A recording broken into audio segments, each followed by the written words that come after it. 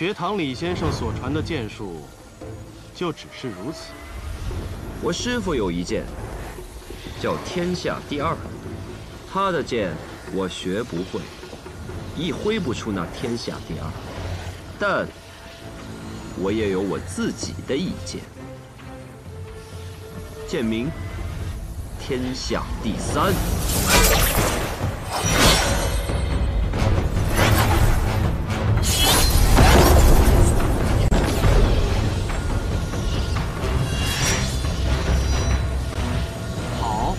好一个天下第三！那便请先生试我一剑。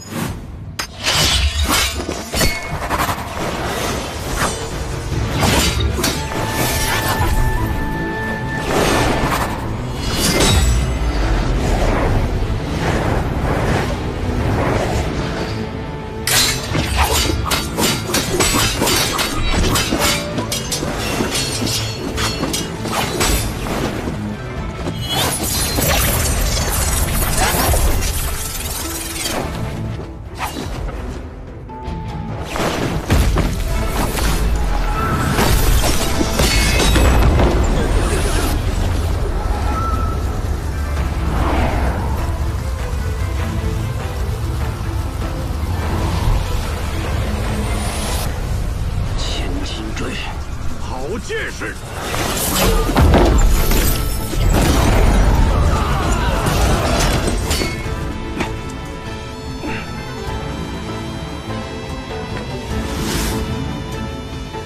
你们两个掩护。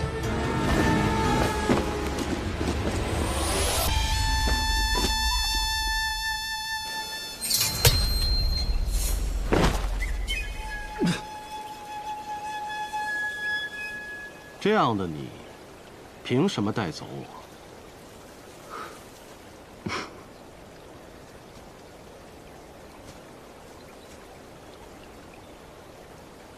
见过先生，方知何为云泥之别。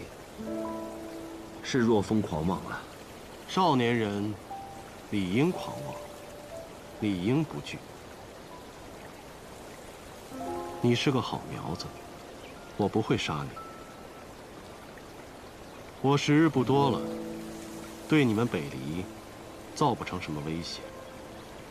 此生最大的愿望，便是将我的剑术传给我的小徒弟罢了。那北离便更不会放过你，毕竟您的徒弟姓百里。谁？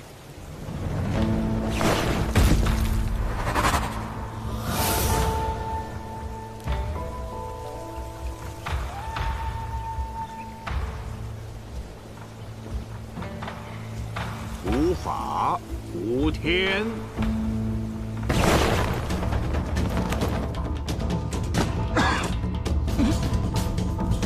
我一直都对一件事情很有疑惑。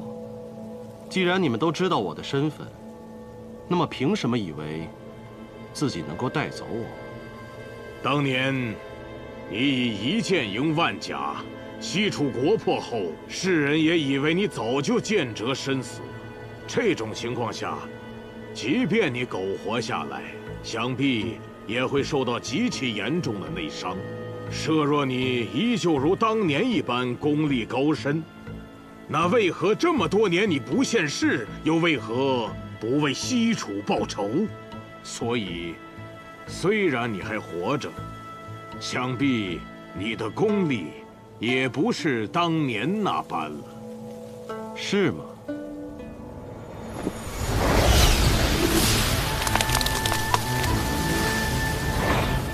畅言小计。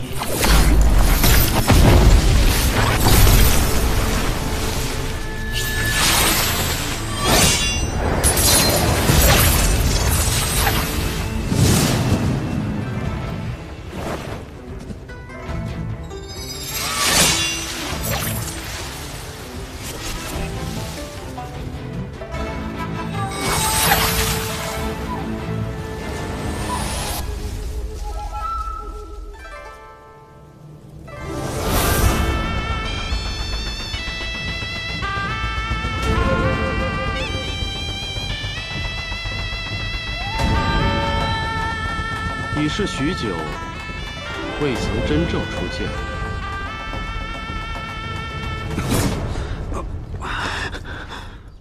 父亲，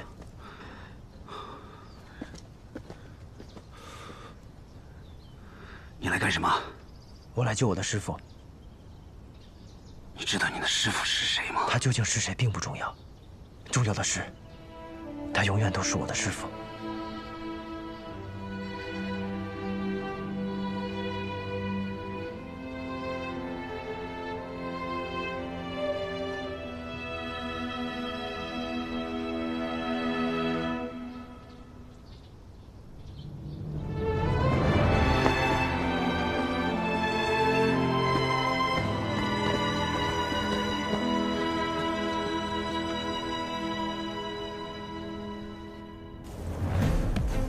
我确曾身受重伤，但这几十年间，我已重续经脉。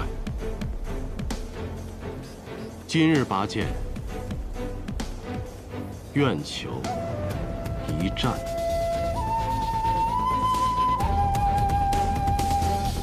如仙，你死到临头了，还敢虚张声势？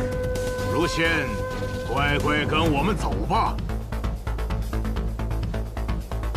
乾东城小霸王在此，谁敢伤我师父？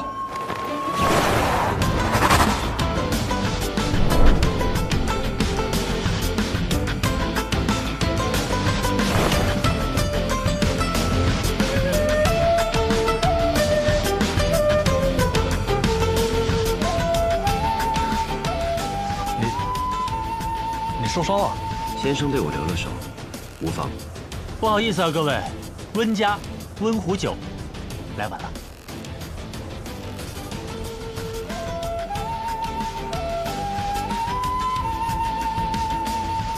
又是你们，阴魂不散。尊师，他便是拥有天生五脉之人。看来今天的收获还真不少啊。中军，退下吧。你现在还打不过他们。如仙，且慢。这两个人不是什么善茬，先生的身体瞒得过别人，却瞒不过我温壶酒。只怕此战之后，多谢你。不过或许这是最好的两全之法。路已走到这儿，就让我回忆起年轻时的力量吧。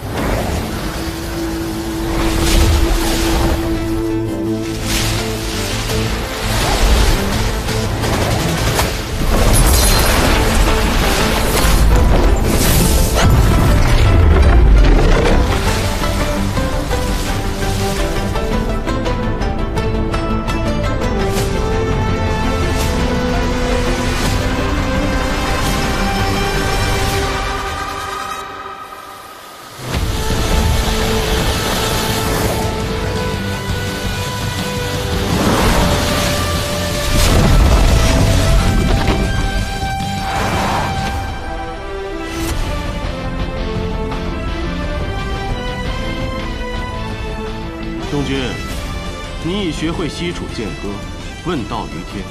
如今，师傅教你他的下半部分。看好了，他叫大道朝天。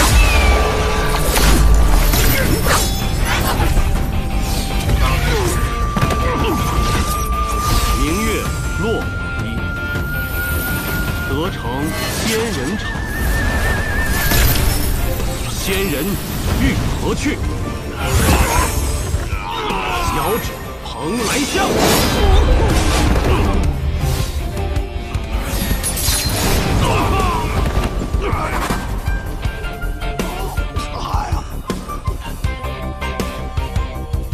此乡因何有？玉石碎琳琅，千金琉璃盏，美人系腰蔓，所欲皆得偿。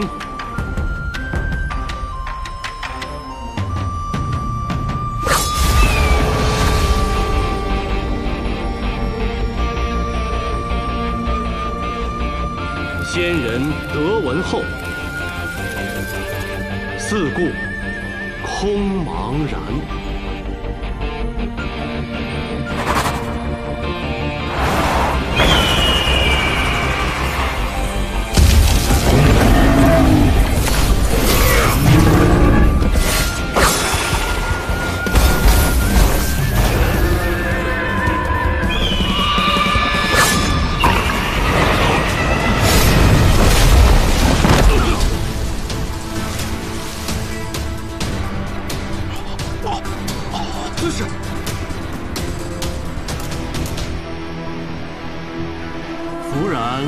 震剑环，碧血尽残阳。原来，这才是传说中的绝世之剑。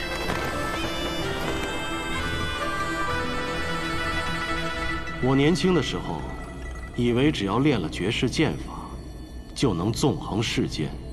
后来才发现，当拥有绝世剑法，便需担起承天之责。遗憾的是，最后还是没能护住我的故国。东君，大道朝天，你要走出一条属于自己的道。等你找到了自己的道，你就一定会像你所说的那样，名扬天下。师父。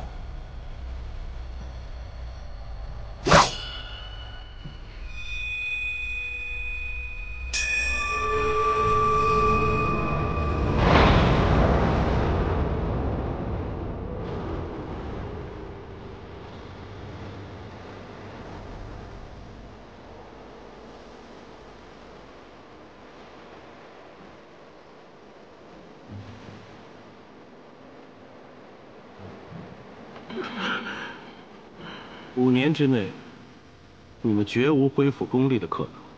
如仙，你为了你这一剑，值得吗？或许，我还有第2剑。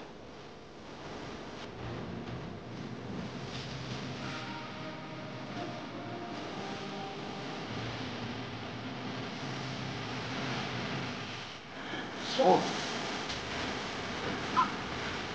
这是。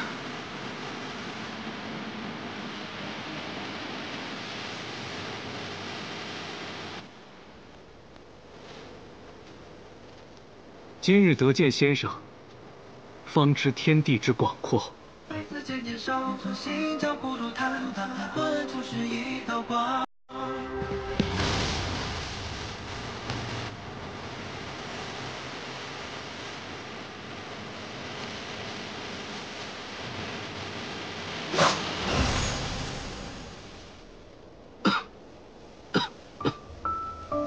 师父。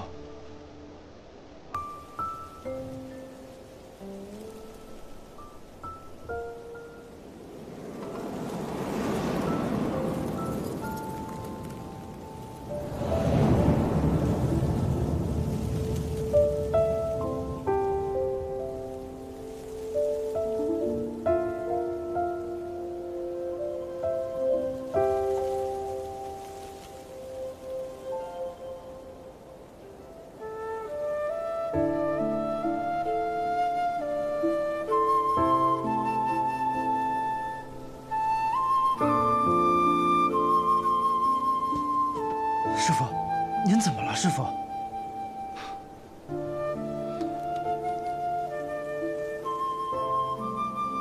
诸位，能不能给我和我的小徒弟一个单独相处的机会啊？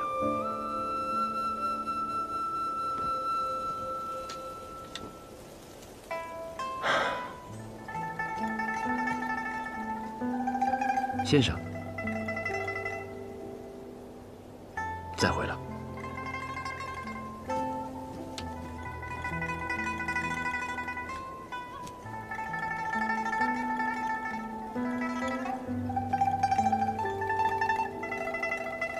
小白梨，替我向你娘辞别。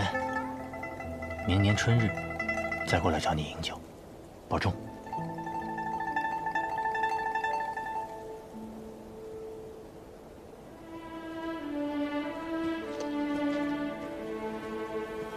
师父。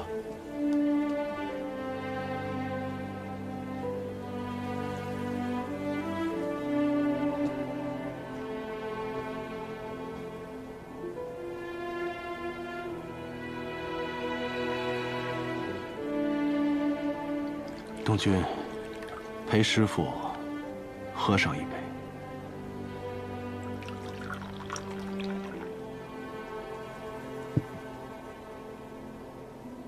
这些年来，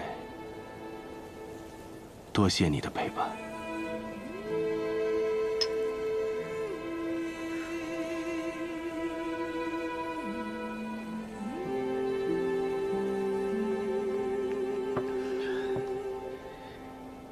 东君，替师父去一趟天启城吧，酿一壶桃花月落，挂在天启城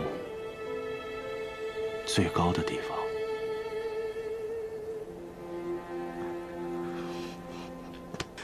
不，师父，我带您去，我们一起去。您亲自挂上去好不好？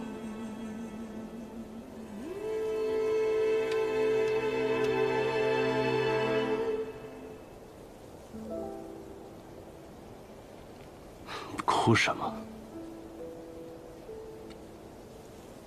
师父早就是应该死的人了。当年是师兄用自己的命换了我的命，可即便如此，我也只是强弩之末，全靠一杯药酒续命罢了。东君，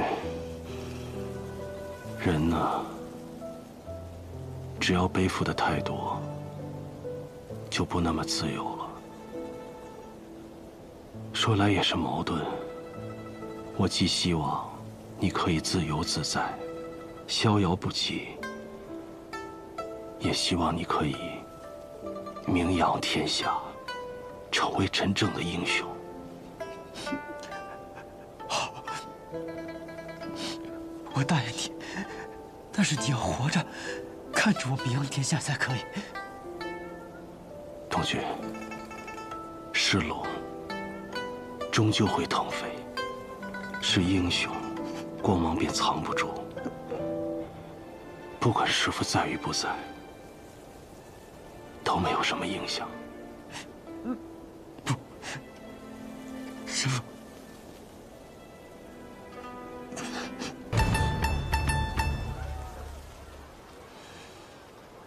走吧。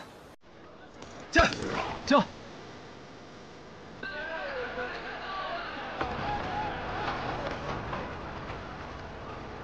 天启城路还是那么宽，比乾隆城大太多了，真适合畅游一番啊！是啊，遥想当年，我与顾剑门也曾在这天启城中并肩游赏，如今你却被顾家使作使牵绊于西南岛。既然你有意探寻此间风物，我便先行返回薛涛啊。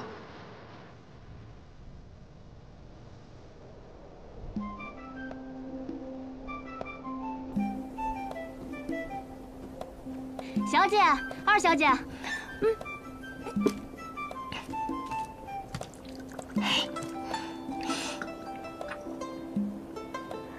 姐姐，鲜切的山牛、羔羊肉，还有薄如蝉翼的鱼片，男爵财产的凤菇，我先吃什么好呢？先吃什么好呢？我就知道阿姐对我最好啦。知道二小姐心心念念着，小姐一大早就暖好了锅，炖好了肉。那当然了，她可是我阿姐。不着急啊，好吃的可多了。姐姐这次去了好多好玩的地方，带回来好多新鲜玩意儿。江南的3米花糕，顺丰的9曲花肠，你想吃什么都有。姐姐，我都想吃。哎，你们这次去柴桑有遇到什么好玩的事吗？据说那里繁华至极，还盛产美酒。阿姐，你有带回来吗？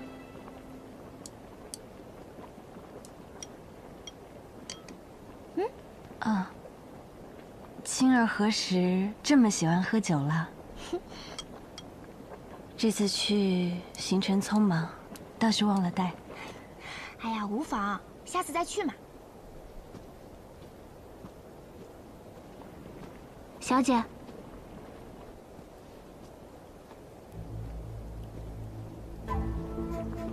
小姐，二小姐，是莫奇轩呀，坐下来一起吃啊。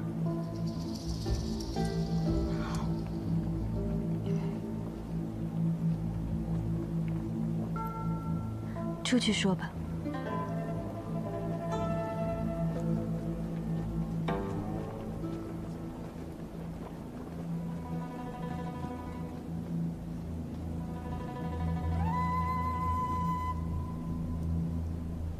何事？百里东军已经到了天启。天启。现在这个时间，他是要……没错。学堂大考。仙儿，有什么事儿，阿姐他们需要出去说呀。你们此次出行有遇到什么事儿吗？阿姐总是心事重重的。小姐她……哎，仙儿，你待会儿再去帮我拿一盘羔羊肉，那个肉太好吃了。还有那个凤菇也拿一点。知道了，知道了。你刚刚说姐姐怎么了？没什么呀，你就踏实吃吧。你姐姐啊，什么事儿都没有。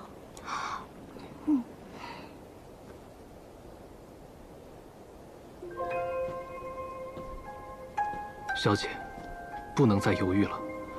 他若是真的进了学堂，他若是真的进了学堂，有了李先生的庇护，我们北阙就再也没有机会了。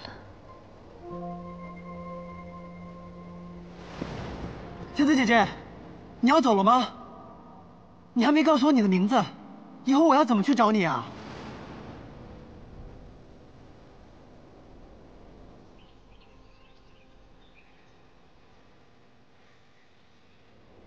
风声过窗棂，江湖潇潇雨，青春变幻烟波里。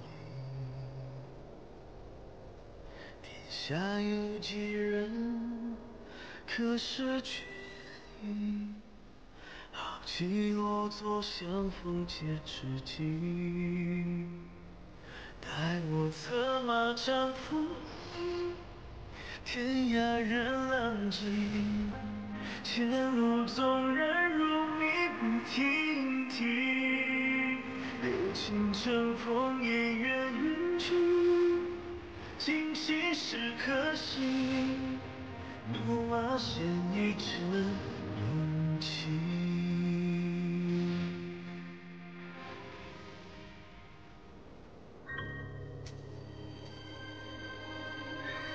来天启第一件事儿，雕龙小筑。驾！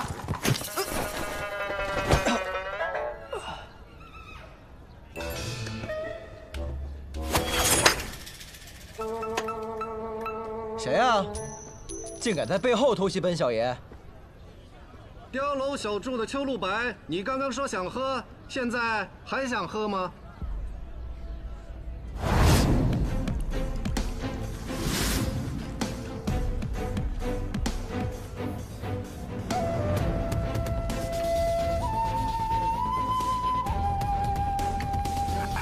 想。嘿嘿，我不让你喝。哎。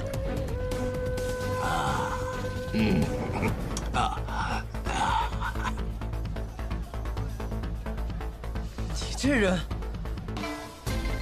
嘿嘿嘿嘿。天启城，你才走了一小半，还有一大半，今日就到这里了。接下来的路，等你能从这院子里面走出去之后再说。你谁呀你？哟，胆子很大，气势很足嘛，就是没有配得上的能力。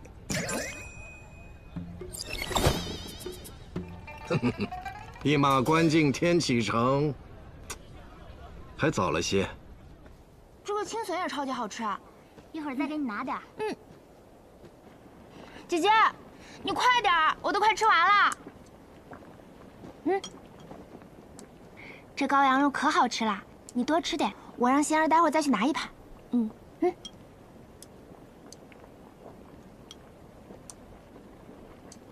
星儿，怎么了？我呢，要去一趟北离的天启城。你在天外天替我遮掩，瞒过无相使。什么呀，阿姐？你刚刚回来又要走，我就知道莫奇轩来准没好事儿。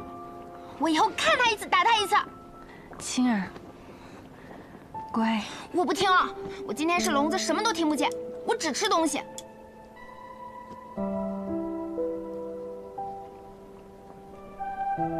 你就当帮姐姐一个忙好不好？青儿，等忙完了，我们北阙就能复国了，爹爹就能出关了。你不想爹爹吗？可是我更想你。每次都是我一个人孤零零的在天外天，我连个说话的人都没有。那我这次把星儿留下来陪你，好不好？小姐，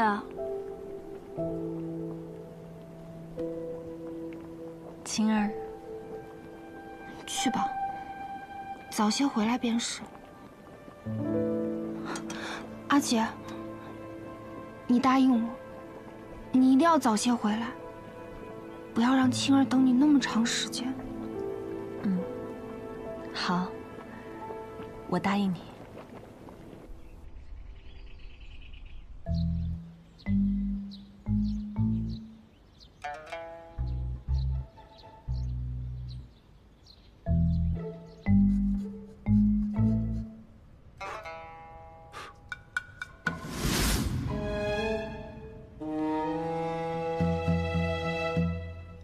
哟，醒了。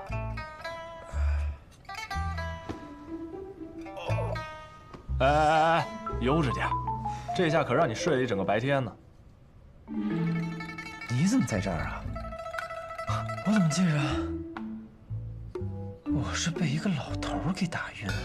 哼，老头？哎，你还真别说，你这说话的语气跟我们师兄弟几个还真有点像，难怪老七看上你了。你在说些什么有的没的？这是在哪儿啊？打晕我的老头是谁啊？这里是稷下学堂，能打晕你的人自然是学堂的李先生。啊，不对，如果运气好的话，他也会是你的师父。那就是大名鼎鼎的学堂李先生。啊。堂堂天下第一，怎么还偷袭？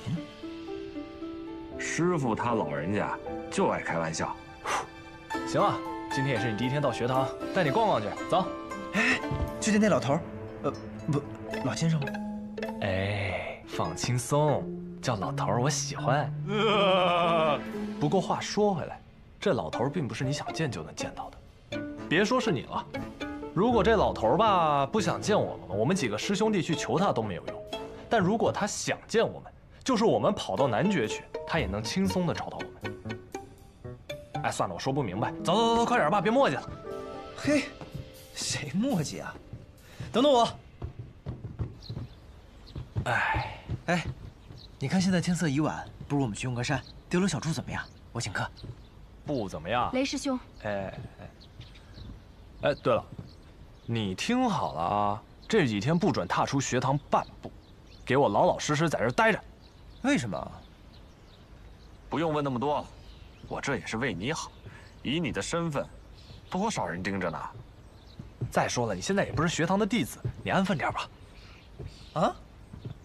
我还不是学堂弟子，可你们不都告诉我我是李先生的关门弟子吗？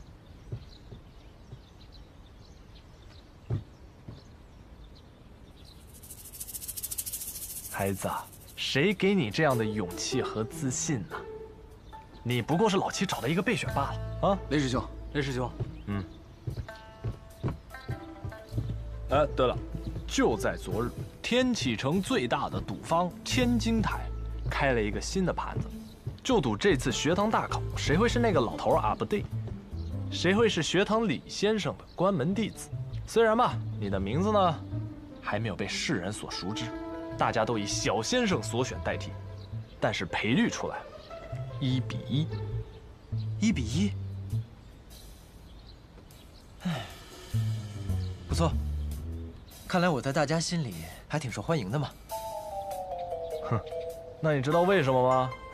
我当然知道了，我又不傻。这肯定是小先生的功劳啊。这是一点，还有一点。什么？那是因为他们没有亲眼见过你。这千金台的涂大爷吧，虽然刚继承家业不久，年纪也不是特别大，但他的眼睛是雪亮的。但凡他看过你一眼，这个赔率肯定得改。你什么意思？自己品。雷师兄，哎，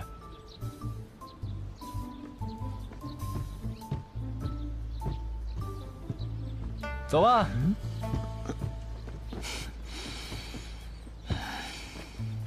这就是小先生和雷师兄带回来的那个，好年轻啊！当然年轻了，小先生才多大？小先生天纵奇才，谁能和小先生比啊？那他带回来的这传说中的关门弟子，可不得和他不相上下？哎，连过山，万一我最终没被选上，那我该怎么办？没大没小。若是师傅没有选上你的话，不用灰心。内院还有其他12位师范，他们也收徒的呀。万一他们哪天看上你了呢？应该不太可能啊。但是你也不用那么灰心。你想想啊，再不济咱们上外院去啊，外院大，好进。它呢，等于是天启城中那些贵胄公子哥们混个名声的好地方。像你镇西侯府的小公子，若是说你想去外院，别说什么时候了，明天你就成了外院的座上宾。但如果你也不想混名声，也不想混时间的话，你就等个机会，来年再考呗。但如果你来年再考的话，你就做不了李先生的关门弟子了。所以说我这么气势汹汹地杀到这里，很有可能再垂头丧气地滚回钱东城。没错。为什么我来之前没人告诉我？我们没说吗？不对，你这事儿不能怪我。你在来天启城的路上，你就已经展现出一副天启城是我要施展拳脚的地方，我已经准备好粉墨登场，而我跟萧若风只能起立鼓掌。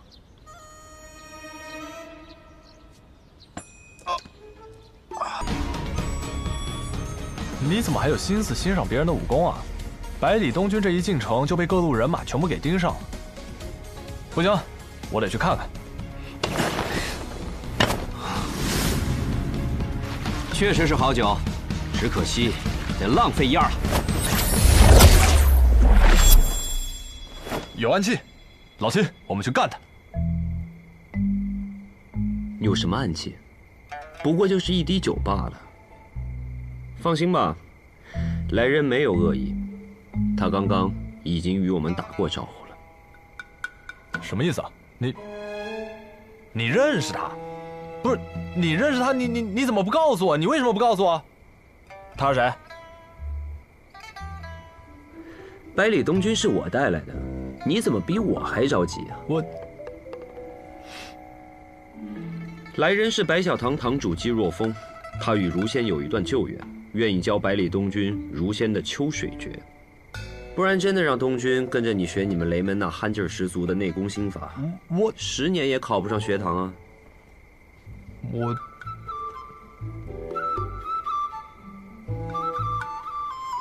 我憨吗？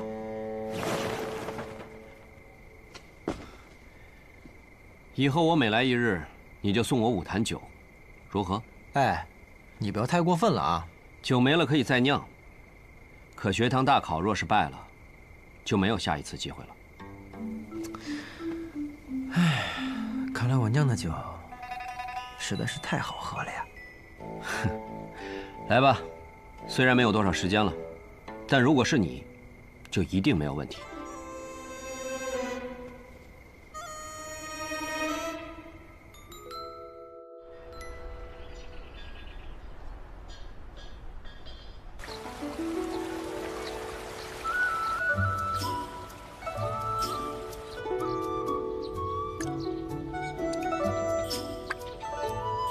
公子，还有3日便是出世了，不知此次初试考题可有眉目啊？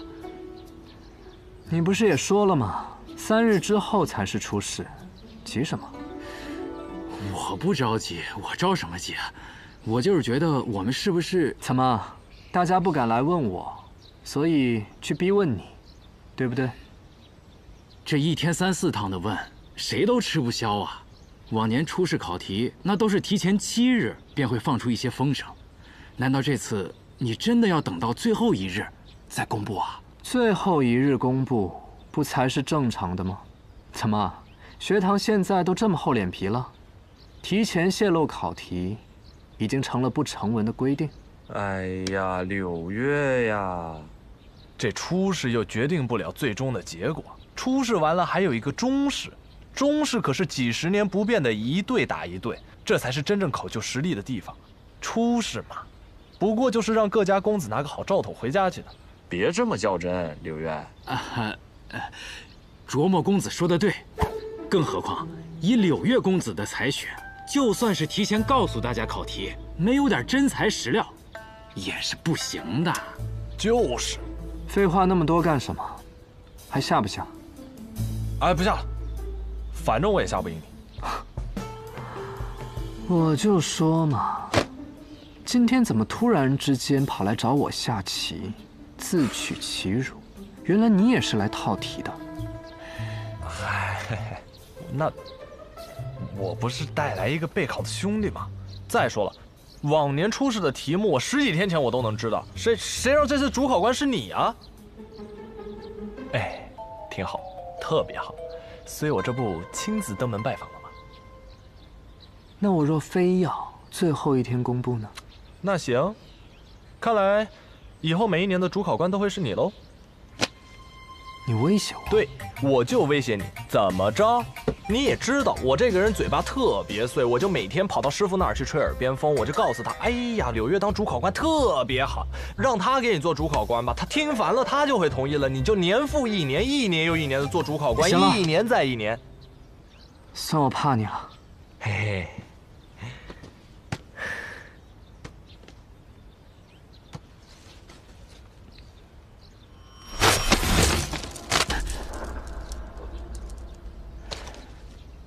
文武之外，啊？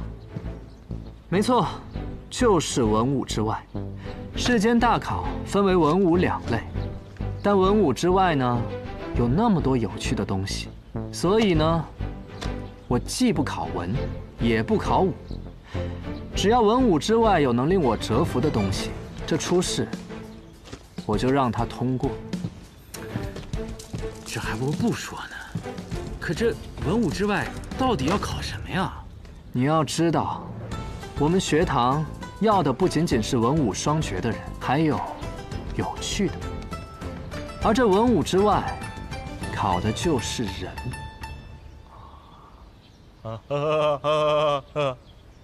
哎呀，柳月呀，柳月，你这可是给我开了个后门啊！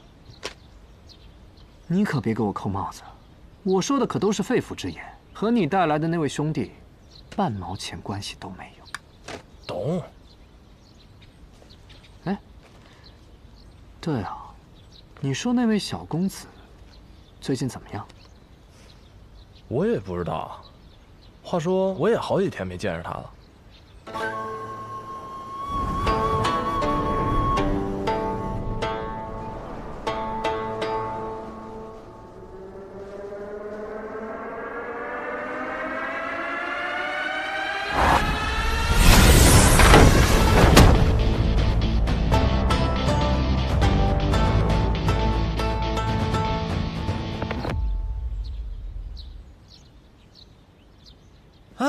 舒服，有了内力就是不一样啊，感觉全身都暖洋洋的。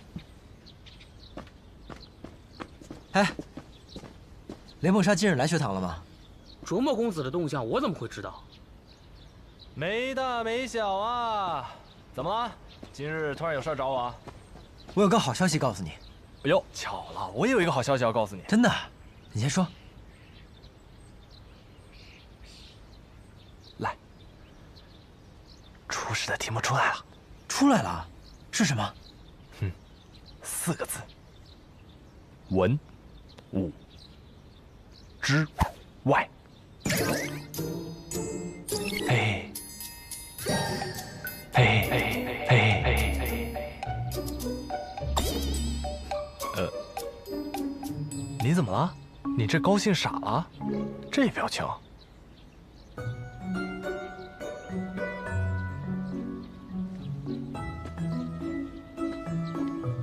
不是，那你文不成武不就的，这文武之外真挺好的。文武之外？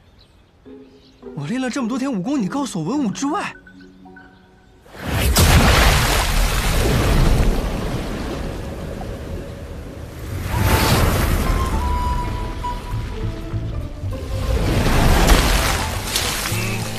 我去你的文武之外！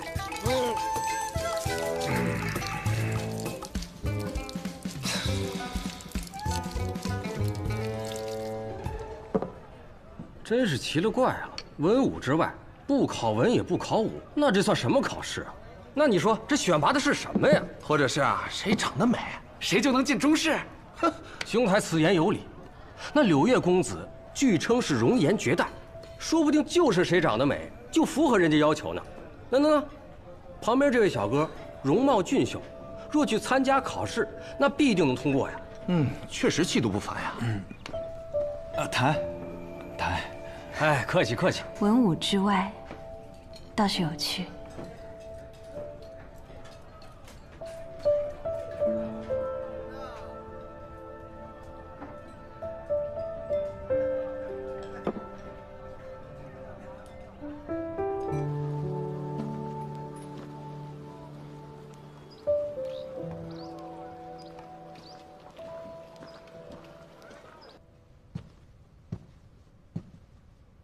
这位小姐，冬日要到了，本店新进了一批布料。老板，帮我做套衣服，很急，我3日内就要。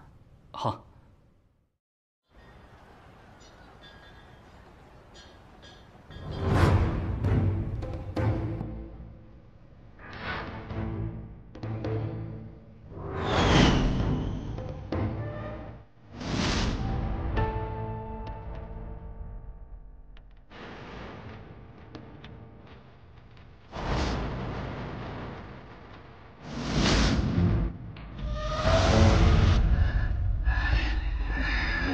行。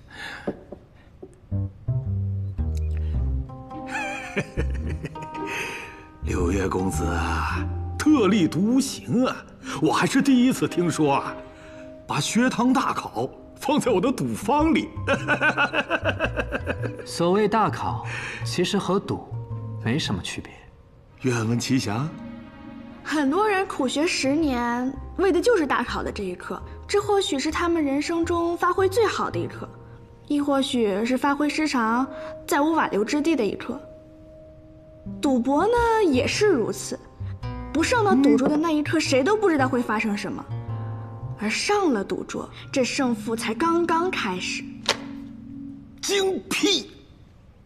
除非出千。怎么？有人敢在你这千金台出千？当然不会。所以我们今日在此大考嘛。柳月公子啊，果然不同凡响啊！妙哉，妙人呐！你看我这大金牙都为公子倾倒了。二爷呢？当初选择借地给我们的不是他吗？去听曲儿去了。我也不知道为什么他那么愿意听曲儿。本来对这个学堂大考不感兴趣，答应你们啊，无非是柳月公子拿了一阙残谱与之交换。哎呀，能为学堂大考提供场地，我千金台每天损失个18000两的银子，不心疼。涂大爷的损失，学堂明日自会派人送来。这就是学堂的嫉妒啊！走快，唱行令，收单。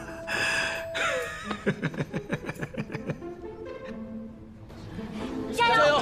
加油！加油！加油！加油！加油！加油！加油！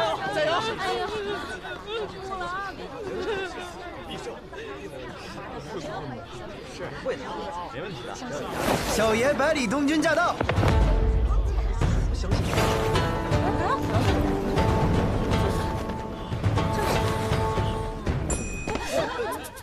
又喝多了？谁喝？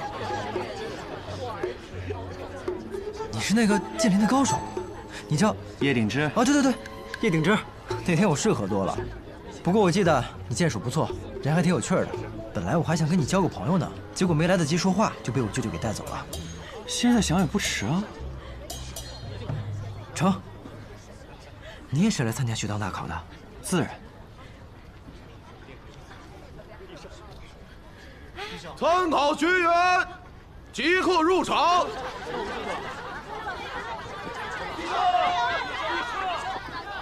走吧。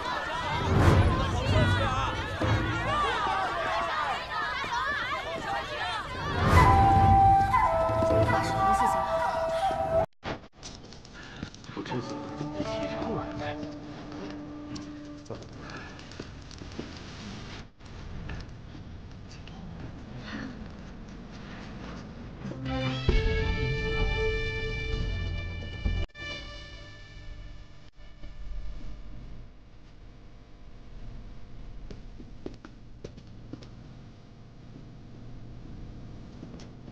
这莫非就是雷莫莎此前跟我说过的什么赔率？啊，这是什么？这我知道，这是千金台设的赌局，看今天谁才是大考的魁首。哦，哎，这是什么意思啊？那我名字后面这一千什么意思？是不是数字越大越厉害？你想什么呢？数字越大，说明看好你的人越少，你的赔率也就越高。这个时候呢，如果有人押你1两银子，你得了魁首，他就会赢1000两。但是呢，机会小啊，没人愿意去冒这个险。像我就不一样了，我是热门人选，押我的人可多了，所以我的赔率就不。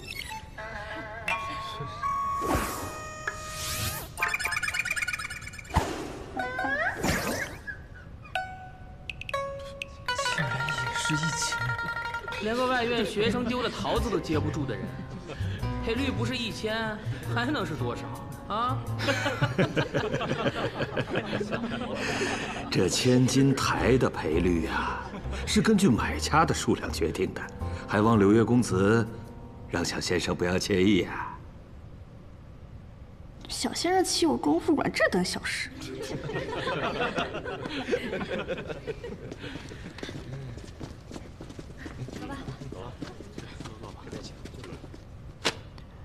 开始吧。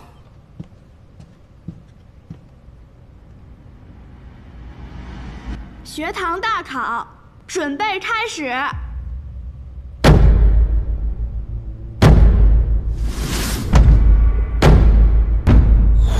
所谓文武之外，便是请诸位在文和武之外展露一下自己在其他方面令人惊艳的特长。时间为6个时辰，在这6个时辰内，如果有人觉得自己可以交卷了，告诉我们你要展露的是什么，我们呢便会派出相应的考官来进行考验。若通过了考验，即可进入中试。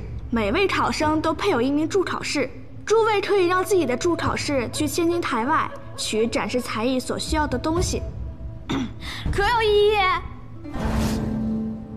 大家不是都已经知道了吗？还问我们有没有异议？若说有异议，还有用吗？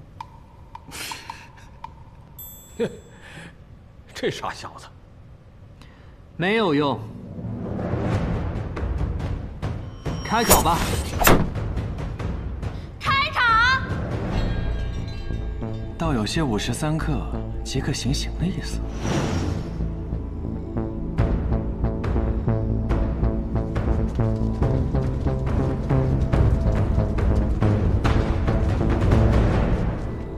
来人！来人！来人！来人！这位公子有何吩咐？3路客栈，哎，去找雷梦莎公子，把我的大包裹给我拿过来。找谁？废话多公子雷梦莎，去吧。哎，你打算做什么？一会儿你就知道了。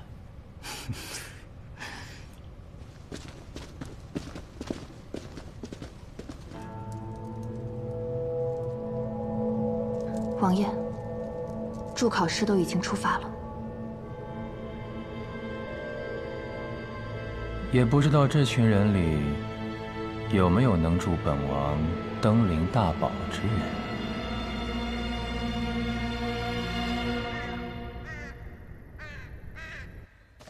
今日学堂大考。是，陛下。百里洛尘的孙子百里东君也在参考人之里。他怎么也在天启城？是九皇子殿下把他带回天启城的。是不是九皇子殿下也？你把老九想得太复杂了。姑的这个儿子，姑自己知道，他把百里东君带到天启，很可能只是因为欣赏他罢了。他不会与那小子为难的。相反，百里东君若是有事，他会豁出性命去救他。姑倒是有些好奇了。一直听闻百里洛尘那个独孙是有名的纨绔，却没想到突然有一天，他学会了西楚剑歌，又不知为何得到了老九的青眼。陛下似乎很欣赏九皇子殿下。多嘴了啊！奴才惶恐。学堂大考，还有哪位皇子去了？亲王殿下也去了。老二啊，罢了，小崽子们的游戏还不值得姑费心呢。上官图、叶子戏、马调、天九、螺旋城还是比大小，随便你选。哎呀，姑娘会的可真多呀！那咱们就比天九。大天九、小天九，此乃是天启城的千金台，天下第一城的天下第一大赌坊，自然就只有大天九。好，我做庄，两人决。我看啊，那边那两小子这么感兴趣，不如一起过来玩吧。我们若是赢了呢？呀呵！想从我手上赢牌，你做什么春秋大梦？话不能这么说，有些规则还是说清楚的好。您说是吧，柳叶公子？赢了，这出事就算你过。可要是输了呢？那酒和肉也分你们一份。好买卖，来吧，二位请吧。出门、天门、末门，三位怎么挑？末门。天门。那就出门。怎么听起来不大吉利啊？姑娘，怎么年纪轻轻的想不开学赌啊？这赌可不是什么好东西，一旦沾上，轻则穷困潦倒，重则家破人亡。这么多年，我只见过一种人靠赌博活得滋滋润润。哪种人啊？开赌坊的人。嘿，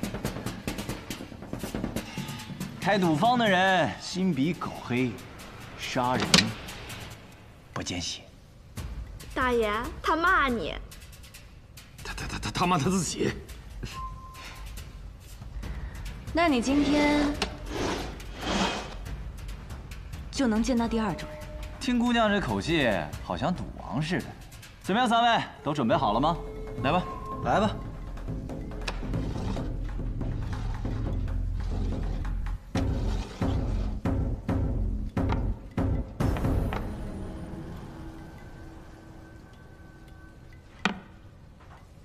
来，看看我的牌如何？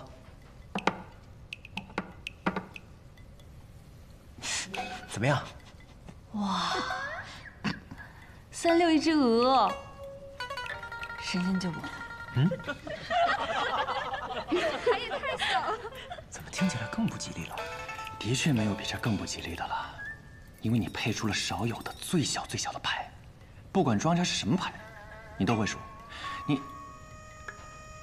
你还是回去酿酒去吧。哎，你的肉好像糊了啊！哎，让我看看你的牌。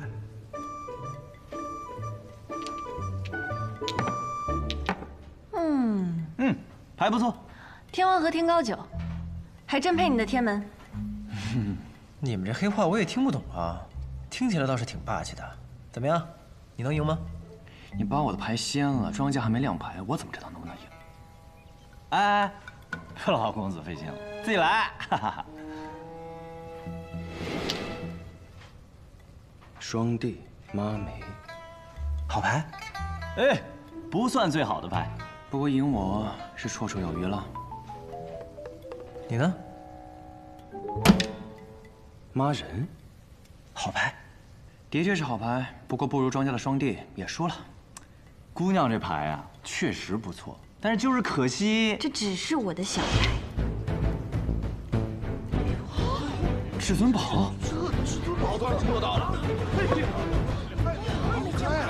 这什么运气？怎么回事啊？怎么可能？难道真的是他？不敢想啊！赌徒们一辈子也难碰到一次的至尊之牌杀一切，我还是第一次看到有人能配出至尊宝。至尊宝，好牌！涂大爷怎么如此惊讶？那个姑娘，她出千了。涂大爷看到了。我若是看到了，她这双手啊，无论如何都得留在千金台喽。既然没看到，为何认定这姑娘出千了？因为涂晚她出千了，她坐在下面，就没有人能抓到至尊宝。可涂大爷不是说，在千金台内，从来不会出现出千的情况吗？抓到的叫出千，抓不到的都叫实力。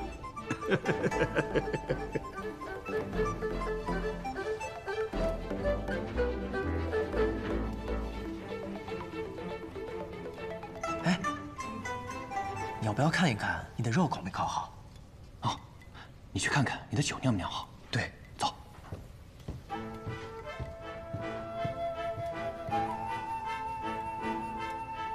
徒儿爷，怎么说？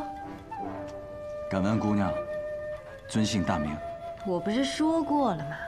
我叫做尹落霞。涂大，你耍我玩是吧？我也以为是骗子嘛，这不是把你叫过来验验成色吗？另外，你输的不冤。叶鼎之，他很出名吗？她呀，是昔日赌王之女。那年，赌王在北离的第3大赌坊青州逍遥楼内输给了男爵来的连如烈，几十年的身家被一朝洗空了。第2日，他的女儿便坐上了赌桌，连胜3局，重新夺回了赌王之位。那年他才10岁，个子不够高，是坐在赌王的肩头上赌的。嘿嘿，原来是小赌王。在家技不如人，甘拜下风。咱们改天再赌过啊！赌就不必了。我过出事了吗？能在千金台出千，也是本事。过。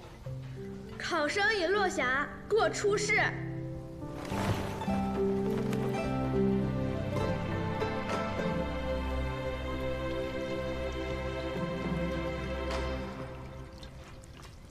敢在这么短时间内选择酿酒参加比赛，不是天才就是蠢材。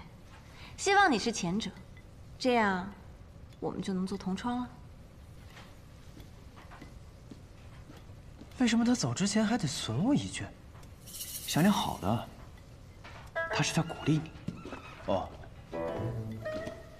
信你个鬼！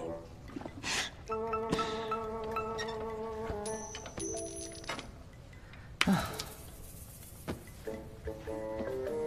你这是要干嘛？让他睡一觉，我也睡一觉。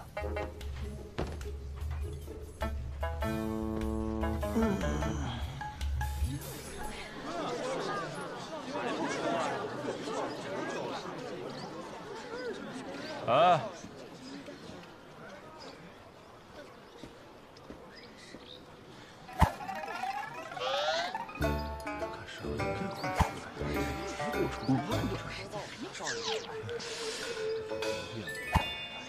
进去有多久？我也不知道啊，你看看这么久还不出来，这么长时间了，这搞什么呢？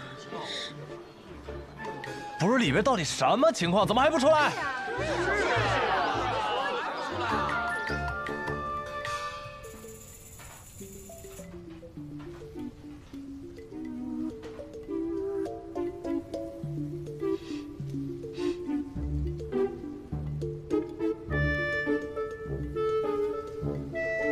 一个时辰到了。不，还没有。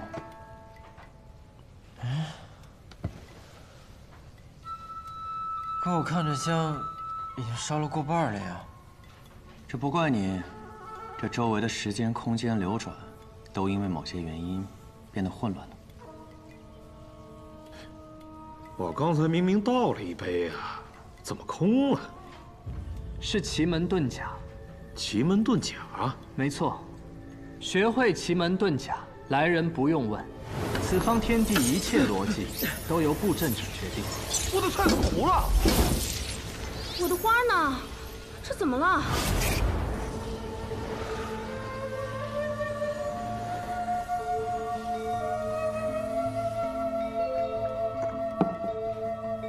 这阵呢，我就不破了。有此等功力，可过。诸葛云，在公子面前献丑了，谦虚了。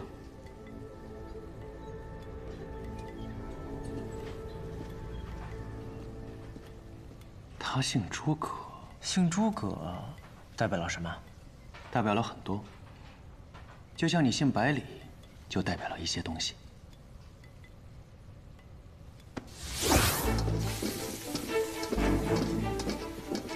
考生赵玉甲，就变个戏法吧。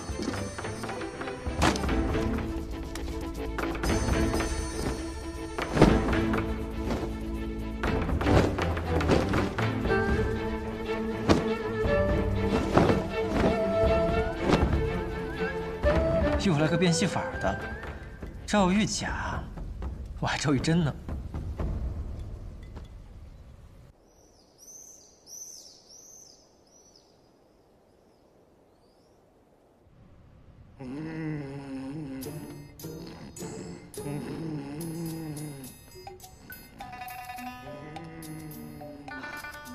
公子，不是我说，你这定的时间也太长了吧，1连6个时辰，哎呀，谁受得了啊？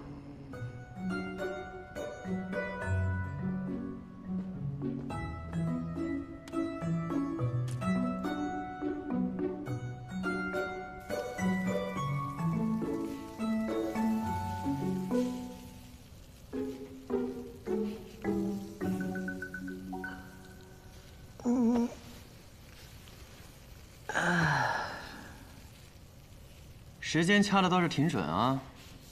这你就不懂了吧？这叫熟能生巧，多被师傅打几回你就知道了。我看你的羊腿也快好了。可不，就等你的酒好了，便是美酒配佳肴。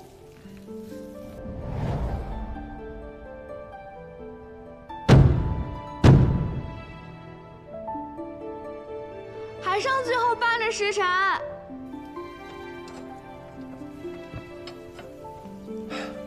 到时候了。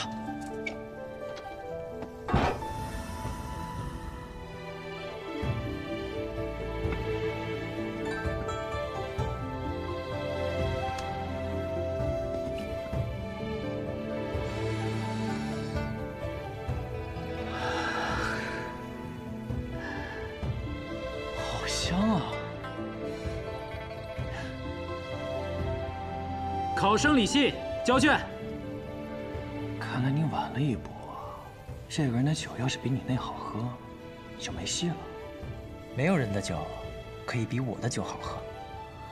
你很自信？那是必须的，因为我和那人约定好了，他做那剑中天，我当这酒中仙。未来酒仙的酒，怎么可能输在这种地方？你也还记得？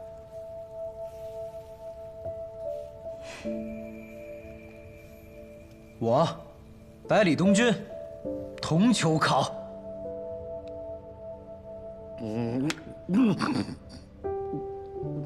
这合适吧？这位考生，现在场上就剩你一人，你、我，还有涂大爷，不如我们3人一起评判这场对决，如何？求之不得。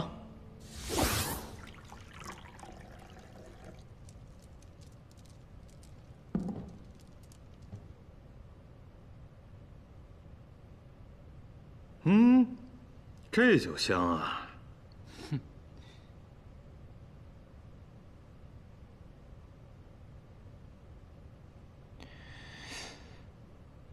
好酒，比我们千金台的金银水也毫不逊色啊！不错。确实好酒，酒香醇厚，入口绵柔，不是凡品。那就尝尝另一杯吧。这酒晶莹剔透，也没有什么酒的香味儿。如果你不说这是酒，我还以为是水呢。不过闻起来倒是清香沁脾。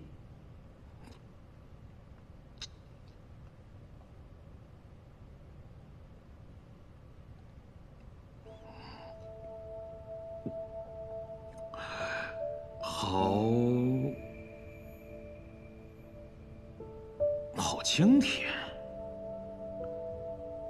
百里东君，这酒叫什么名字？过早。过早？为何叫过早？因为它本可以酿很久，却为了让人提前喝到，过早的拿了出来。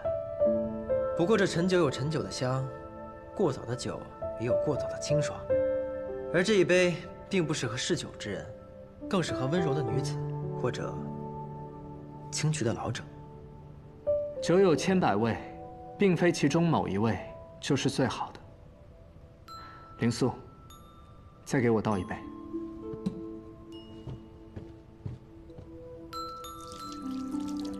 这位小兄弟，我能不能再来一杯啊？欲求必有。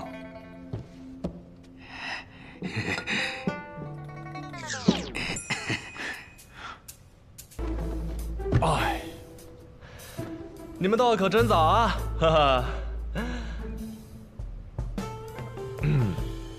没有我在，你们一定很尴尬，你们一定很没有话聊吧？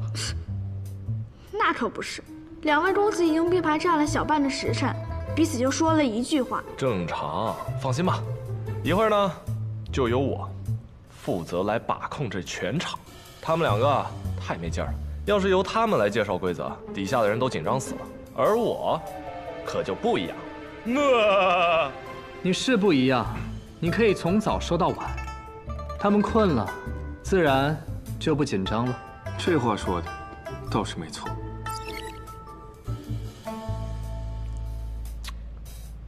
行了，你们16个人现在就算是进入我们学堂的中试。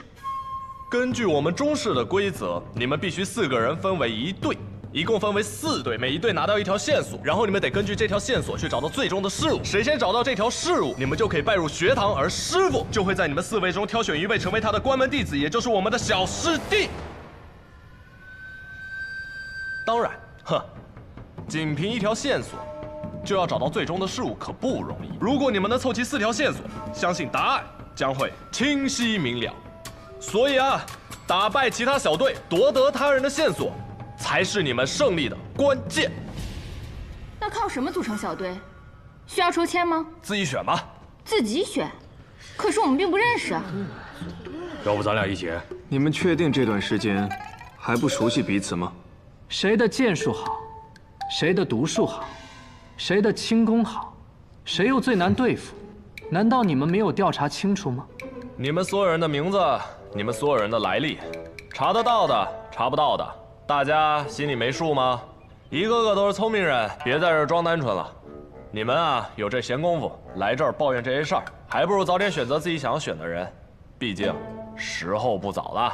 周末，你提点的太多了，半个时辰，开始吧。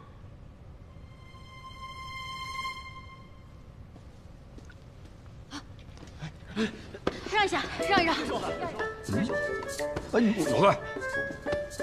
让开让开！要不我们一起吧？对啊，我们一起吧。这叶鼎之还挺受欢迎。几天前，叶鼎之在城内阻止了一场械斗，武艺之高，震惊天启，这你都不知道？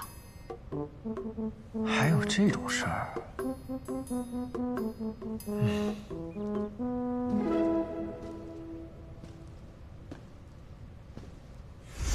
小姐，是否愿意同我组队呢？是他。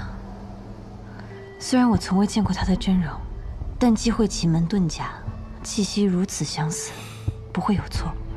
他若来了，事情便麻烦了。怎么，小姐另有打算啊？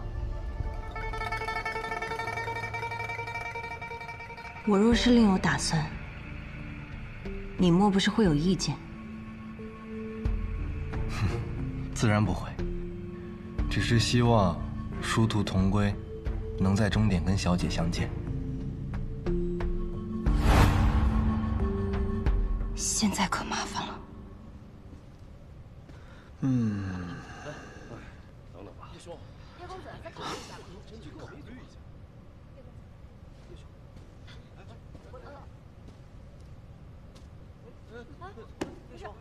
看来你的好兄弟要比你更受欢迎了。我有一份详细的计划。扛揍，我提好，我们好好聊聊。肯定比他强。叶公子，跟我一块。你要我吧？既然如此，不如我们两个组队吧。我们？嗯。姑娘，其实我第一次见到你的时候就想问你，我们是不是曾经在哪里见过？你是不是因为这个选的我？你不要多想啊，我选你呢，只是因为你长得好看。长得好看的人呢，就该跟长得好看的人在一块儿，这是盘古开天辟地以来亘古不变的真理。我看了这一圈考生，对你很顺眼。虽然这么说没问题，但是叶公子，再考虑一下吧。真去考虑一下吧。叶公子。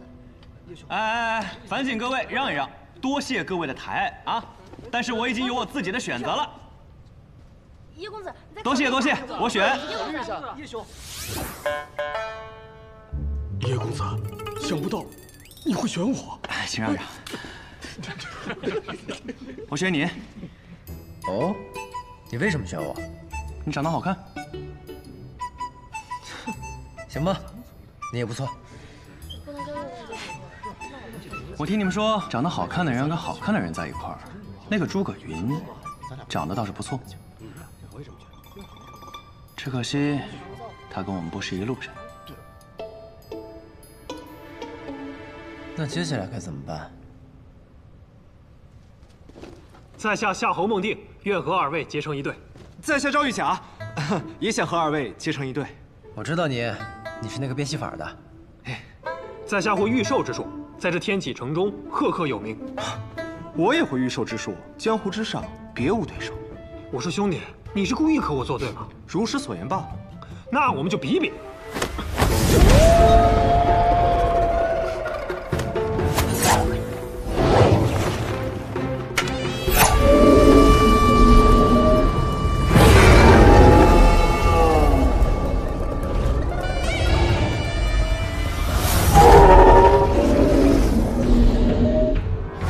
狮子诀，他来自望城山。这一招我还是第一次见。看来这一次考生，真的都是卧虎藏龙啊！这玄门的高手都来我们大考凑热闹，看来我们学堂的威名已经震慑天下。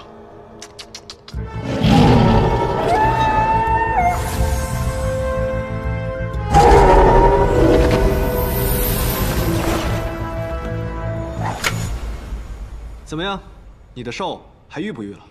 不御了，告辞。那个，我可以。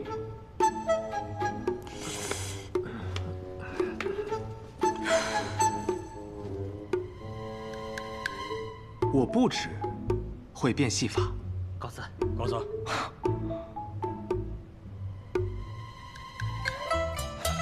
原来是你呀，赵玉甲，不选我，我可就走了。哎，选。我倒是觉得你这个小哥挺不错的，跟我们是一路人。那我们的队伍便算是成了。等等，姑娘，你虽然长得很好看，但我没有确定要选你哦。叶公子有什么打算？事关紧要，还是要谨慎一些比较好。百里，试一下这位姑娘武功。我快。好。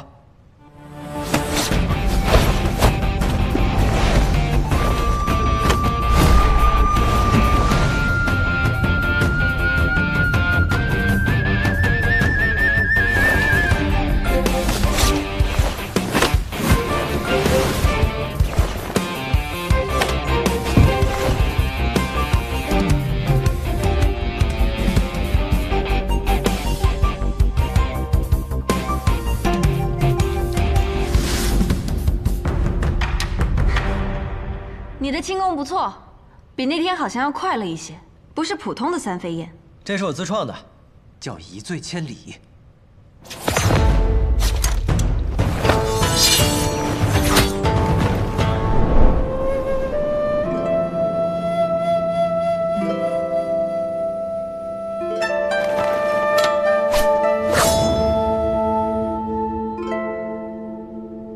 袖里藏剑，精妙无比啊！ 一醉瞬杀，倒是惊险骇人。我并没有杀心，这一剑只是试探。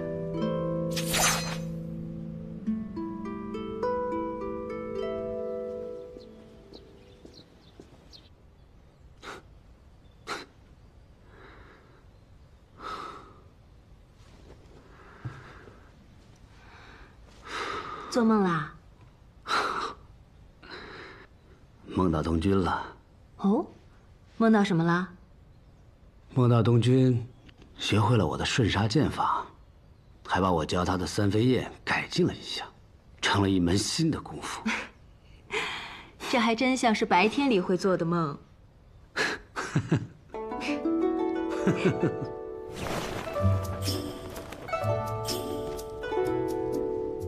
百里小公子，我这一招袖剑可算是过关了。 我都告诉你了，我只是试探，过没过关，你问他。姑娘，学堂中事凶险无比，自然要选择有一定实力的队友，不要怪我。从此刻起，我们便是队友了。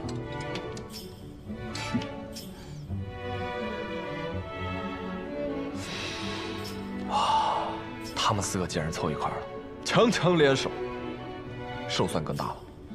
胜算大了吗？ 我怎么觉得是小了？师傅只收1名弟子，若他们赢了，你觉得师傅会选叶鼎之，还是百里东君？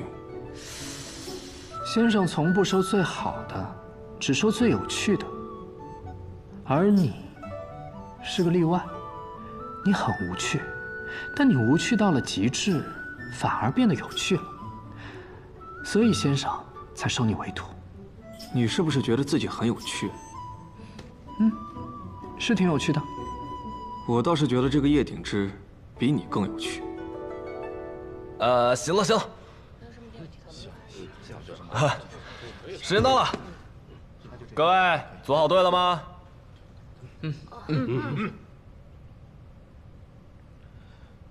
那我们下一场比试的场所会在哪里啊？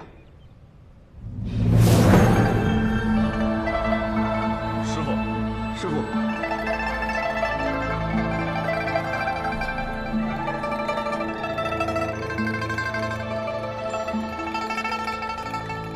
下一场比试的地点，便是这整个天启城。天启城。那么何时开始呢？自然是现在。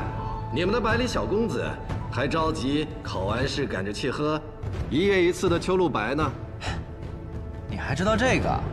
我方才去了一趟碉楼小筑，取了这个月的最后一盏。哎呦，糟了，你恐怕喝不着了。嘿，你这老头，小心我给你抢过来！不可对先生无礼。哎，没事没事，少年不惧江湖老，这不是挺好的吗？好，那我便静候诸君了。但真是不给人一点喘息的机会啊！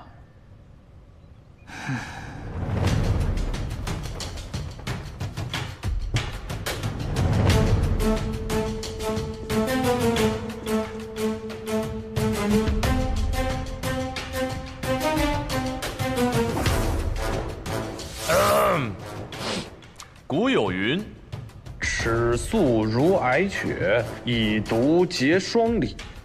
欲知心底事，还取府中书。”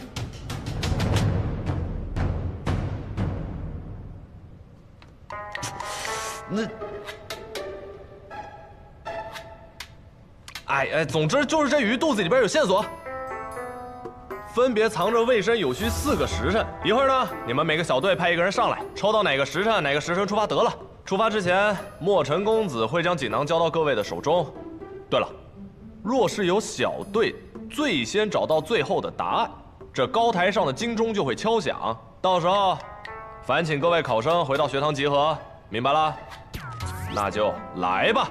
为什么我们每队出发的时辰都不一样呢？因为每个队都只能拿到1个锦囊，每个锦囊就是1个线索，总共4个线索。先出发的人则可以博取先机，或是隐匿，或是尽快破题；而后出发的人则可以关注先出发的人的方向，或是寻找，或是守株待兔。若是同时出发，那还比什么呢？直接在这里打一架，赢的人拿着锦囊去找答案不就好了？哟，不错呀，这位考生，看来你对中式的规则了解得很透彻呀。行了，你们每队派一个人上来吧。安排谁呀？小赌王，自然是我了。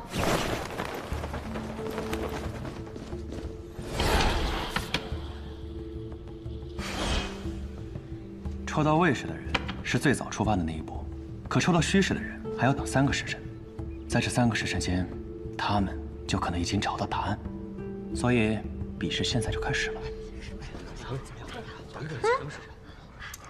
申时，不错，率先出发难免会沦为众矢之的，申时不失为一个更好的选择。不愧是小赌王，厉害！你还挺会拍马屁的。你一定单身吧？闭嘴吧你！你说魏时会是哪一队啊？魏时，这儿。魏时。酉时。戌时。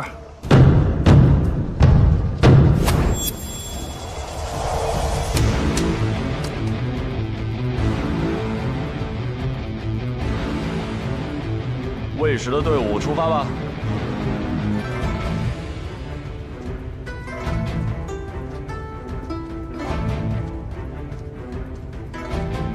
好可怕的对手，真是令人担忧。你有什么好担忧的？你又不用考试。赢了的人会成为我们的小师弟，可我不希望跟我们做师兄弟的是这个人。连我这样的师兄，你不都忍了这么久吗？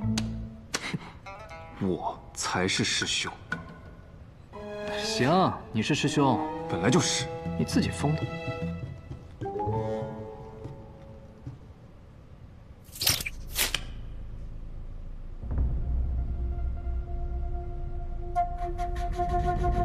应贤已按照王爷的吩咐，将消息传达给叶鼎之了。想入本王的麾下，必然得付出一些代价。只有背上镇西侯府小公子的人命，这叶鼎之以后才会乖乖的受本王控制。哎。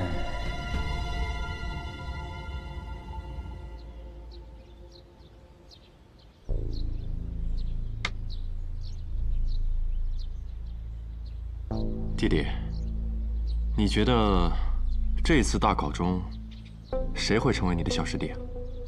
兄长什么时候也关心起学堂之事了？朝堂当中有很多人对学堂之事很感兴趣。我知道弟弟一向维护学堂，便从不过问。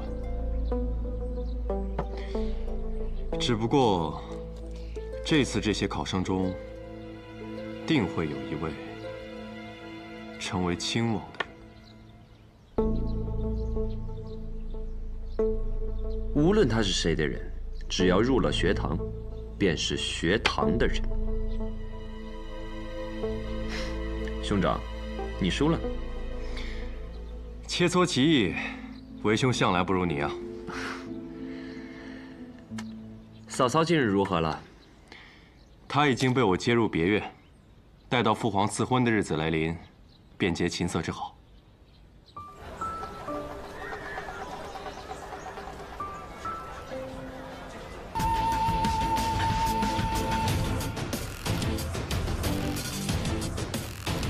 去！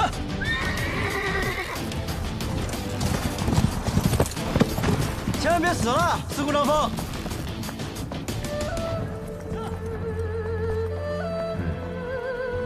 是那种应该死在江湖上的人呢。九九，你说我是不是也是那种能死在江湖上的人？嗯。呸呸呸，不是。啊？快呸呸呸！呸呸。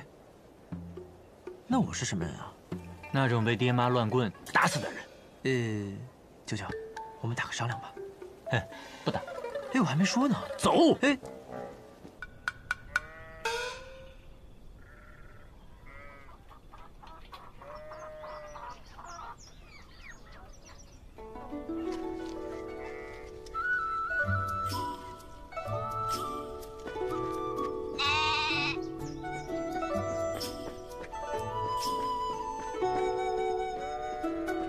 小凡，出饭了！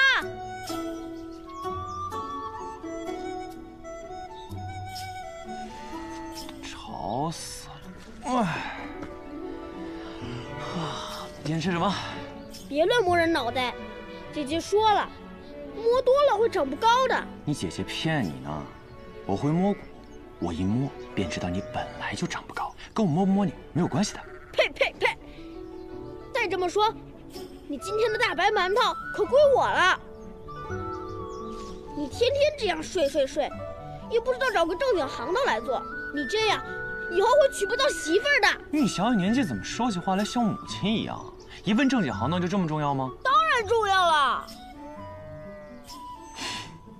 好吧，都听你的。看来我的确得去找份正经行当了。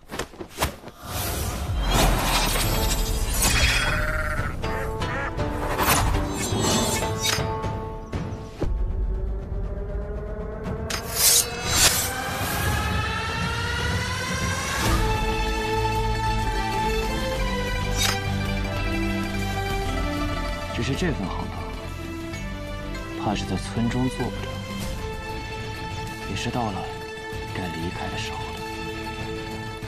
你必须给我回乾东城，不然你娘会给我下毒。我娘的毒还能毒得过你？我才不信呢！耐不住她会撒娇。我又不是不回去，我这不是想让你沿着路带我逛我这江湖吗？不逛，没空。你那么闲，怎么可能没空？我哪里闲了？我可是毒菩萨，我忙得很。哎，再说了，4年一度的剑林就要开了，我可不想错过。剑林？什么是剑林啊？看你这么着急，可是个盛会？哦，整个江湖的剑客，磨剑4年，就在等待剑林开启。你说是不是个盛会？哈哈。娇娇。你最疼我了，对我最好了，我给你酿酒喝。嗯，去，少来这套。我问你啊，你娘有没有教你什么武功？没有，但我娘找了个师傅，教我习拳。哎呀！哎，好了，回来。什么师傅啊？叫什么王八？对，这名挺有趣的。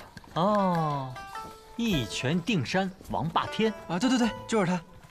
那是个了不起的人物啊。是啊，我娘也觉得他定能把我教出来。我觉得他老人家辛苦呀，于是呢，我就请他喝了顿酒。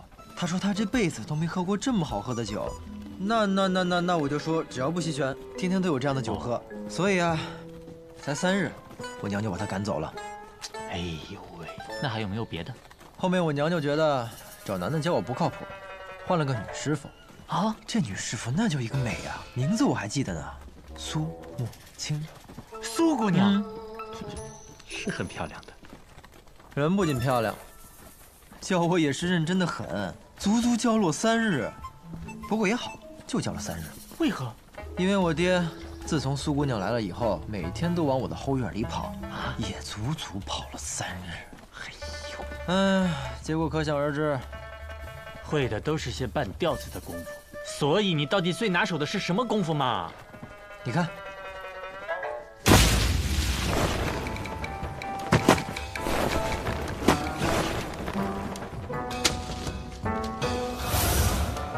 怎么样？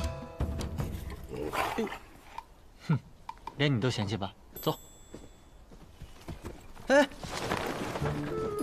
舅舅，舅舅，舅舅，舅舅，你这是要去哪儿啊？回乾东城啊，那条路近。你别闹了。我那招不厉害吗？哎呦，这不就是你父亲的轻功3飞猫吗？什么叫3飞猫啊？我这叫3飞燕。你可别小看我这招啊，逃跑最厉害了。哼，哎呀，别啊，舅舅。之前是我年少不更事，但现在我洗心革面了。我发誓，这次是真的。我承认，之前我的确不喜欢习武。一来呢，是觉得打打杀杀没意思；二来你也知道，叶将军和云哥死了，爷爷不希望我走上叶家的老路。但是我这2天看到了北离八公子，看到了那血淋淋的刀光剑影，我就不禁问自己：如果我的兄弟遇到了那样的事儿，我能守护他吗？我能像北离八公子一样，拔出武器，与他并肩作战吗？舅舅，江湖上，你最钦佩的人是谁？那自然是李先生。哪个李先生？这江湖提起李先生，说的就是那一个人，一剑飞仙李先生。那一年我19岁，有幸在天启城亲眼目睹了那来自天外飞来的一剑。从南绝来的5名绝顶剑客下战书挑战李先生，他们想用车轮战，而李先生却只用了1剑。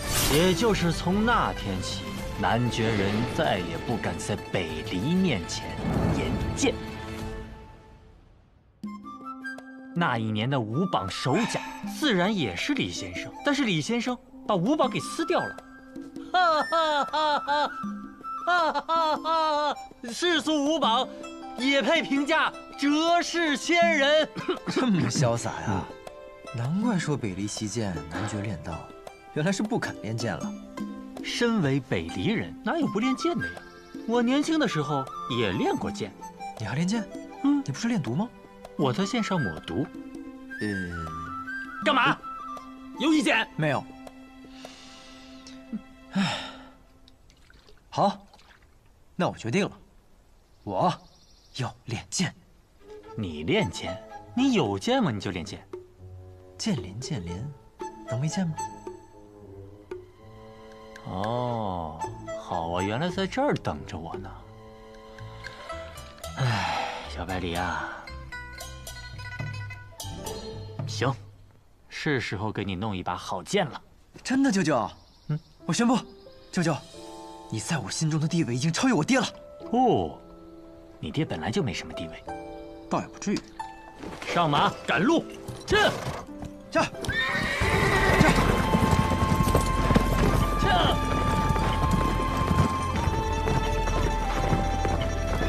小百里跟上，来了。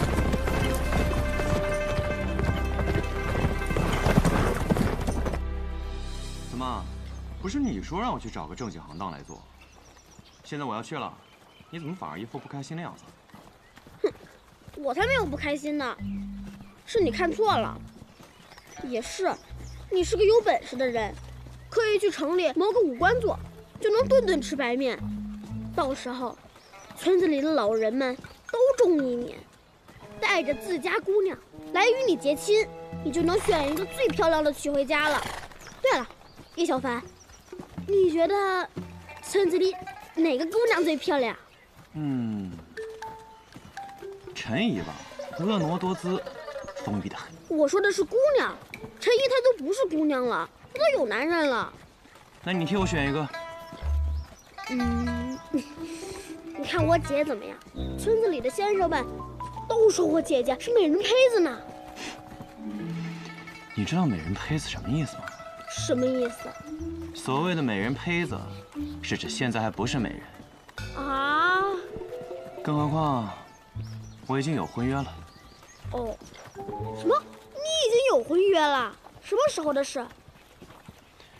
在我很小的时候，我们就定了亲事。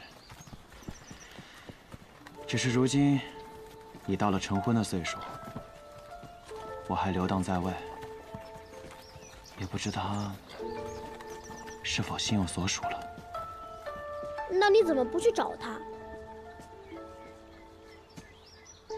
会找他，在我做到我一定要做的事情之后。很快了。行了，就送到这儿吧。叶小凡，虽然你是去附近的大城，可是你毕竟不住在这儿了，还是应该和大家吃个饭，告个别吧。我不去附近的大城啊。不去附近的大城，那你去哪儿？我要先去一个我向往已久地方取一个东西，之后我再去一个我一定要去的地方。一定要去的地方，那是哪里啊？千里之外，名叫天启。天启，那不是我们北离的大都城吗？很远很远的，我才只在书上看见过。叶小凡，你去那里干嘛呀？去天启，自然是要做大事喽。或许还能见到一个许久未见的朋友，和他。叶小凡，你发什么呆啊？这样吧，以后别叫我叶小凡，就叫我叶鼎之。叶鼎之？为什么你要叫叶鼎之？因为我要剑荡江湖，问鼎天启。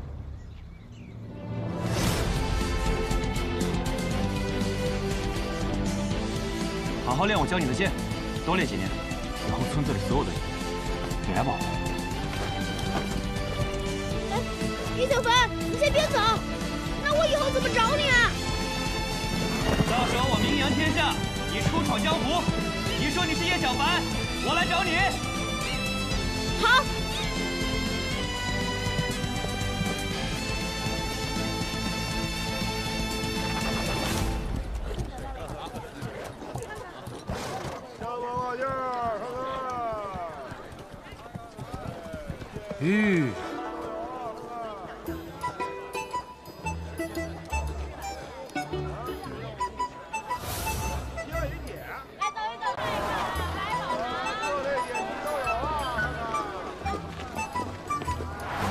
真不愧是神剑阵啊，人皆有剑。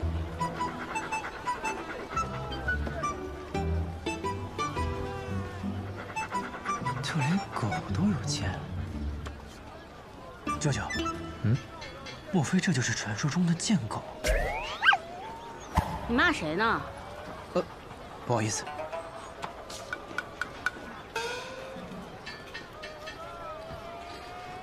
剑狗？舅舅，我还没听你说过，到底什么是剑林呢？剑林，顾名思义，就是巨剑成林。原来呢是有一些剑客为使剑心坚定，将剑插入剑仙陨落之地。后来呢，世上每出一把名剑，或者没有一位高手身陨，新出名剑或高手佩剑，就会存于剑林，等待4年1度的有缘人前来取剑。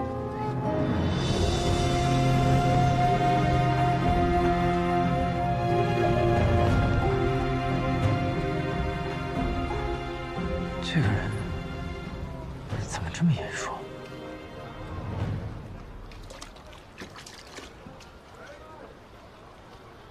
好像。老板，哎，这是什么酒啊？剑酒。来到剑林，怎么能不尝尝剑酒呢？剑酒。老板，满上。得嘞。哎，小白脸，你总是给我介绍你那些师傅，怎么也不见你给我介绍介绍你的酿酒师傅？酿酒哪需要师傅啊？这是天赋，懂吗？来喽，客官，您的酒，慢用。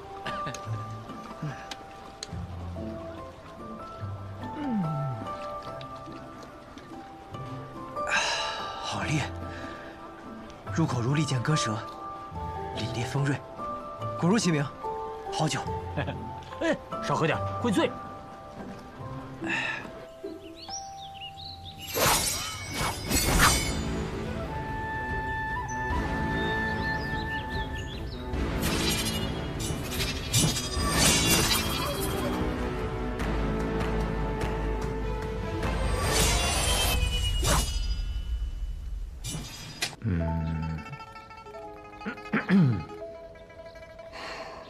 都下去吧。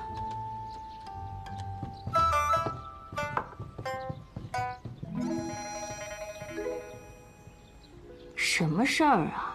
神神秘秘的。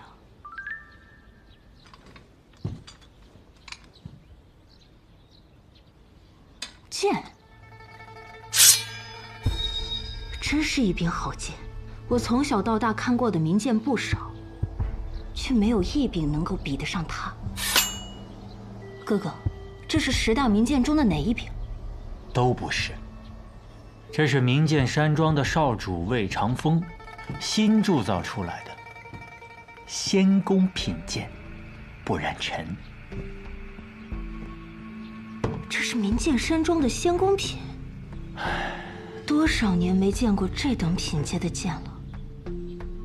所以，今年剑林开启，你去夺剑了？你要是靠毒夺了这把剑，怕不是要成为天下剑客的仇人啊！恐怕这天下剑客的仇人要另有他人喽。我是去了剑林，但是剑不是我夺的，是你儿子亲手夺的。哥哥，你就别拿我开涮了，我儿子才会几招剑法呀，就能去剑林夺剑。我就说你们别总惯着他，这就是你给他抢的吧？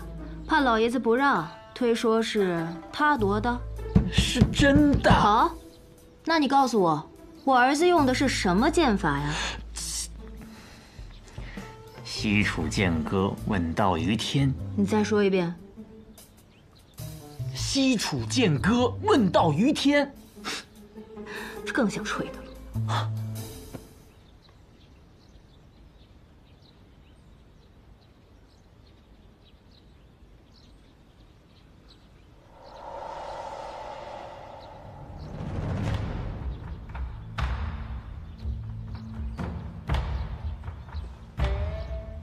名剑山庄无双城，天下的剑客都看到了，或许还不只是天下的剑客。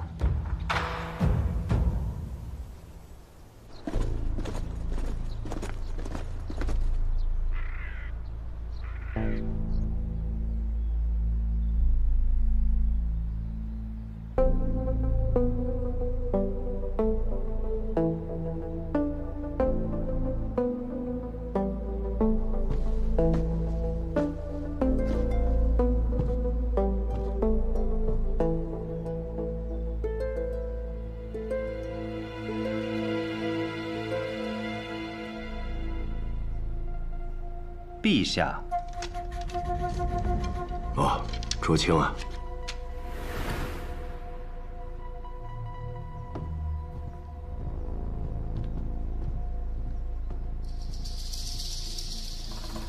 陛下，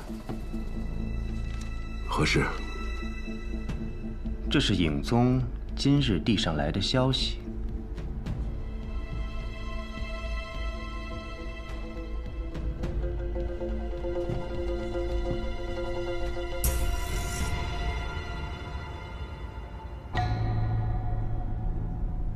当年百里洛尘奉旨出征，破了西楚最后一座城池，西楚剑如双仙战死。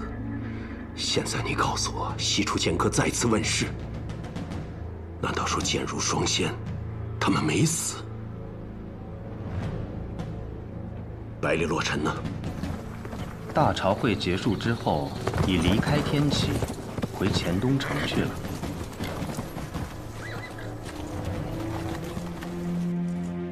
用剑的是谁？百里东军。百里洛尘他的独孙。正是。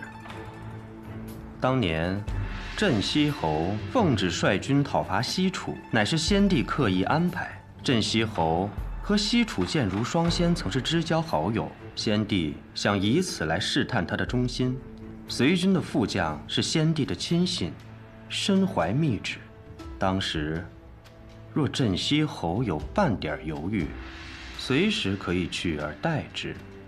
然而，那场战役的最后结果，世人皆知：西楚国破，双仙阵亡。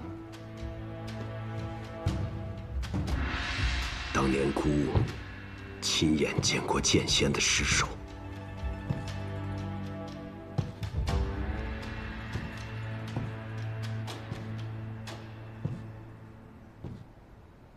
奴才斗胆。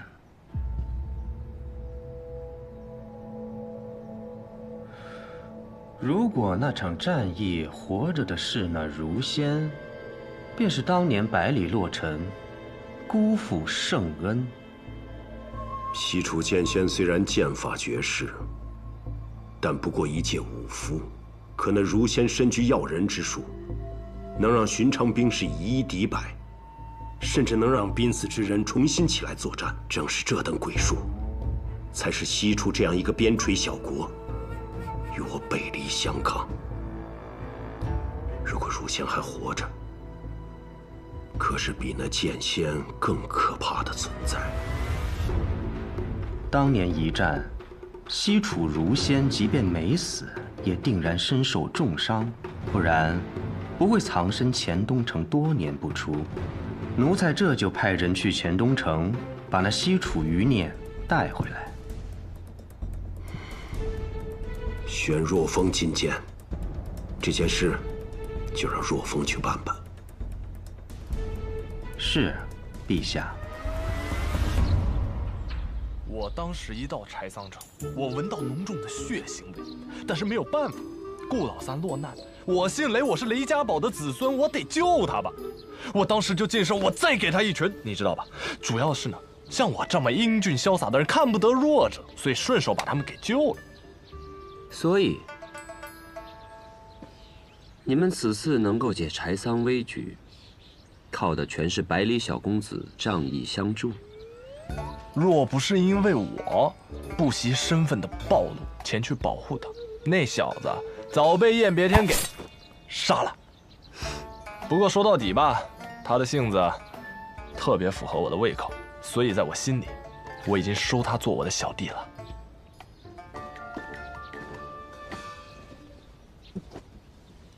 老七，你这表情，打什么主意呢？学堂大考，马上就要开始了。你是说？或许，师傅的关门弟子，我们的小师弟。可是他再怎么说也是镇西侯府的小公子，这镇西侯爷能让他入天启吗？不可能。再说了，他那功夫啊，差得离谱，他也只有轻功还凑合。我也就是随口一说。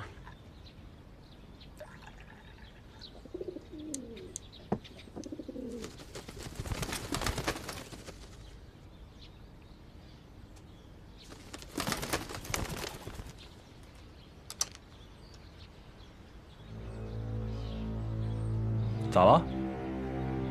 西蜀剑歌重新现世了，而使出这套剑法的人，我们刚刚聊过。你说什么？镇西侯爷会西蜀剑歌？我刚才提镇西侯了吗？小百里，你说什么？那小子会剑术？他可是连燕别天身边的侍卫都打不过的。他不仅会剑术，而且他会的是这世上最出名的剑术。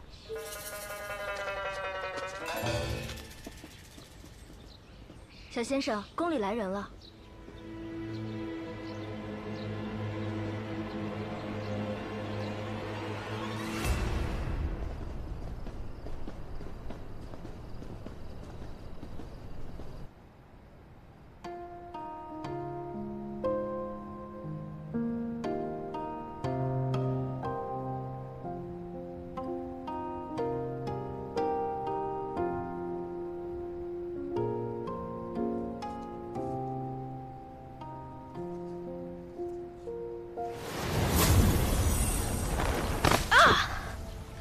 哎呦喂！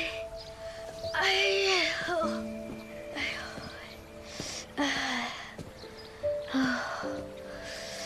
你是谁？如何到的这里？抱歉，抱歉，我不是故意闯进来的，我是在躲我家里的人呢。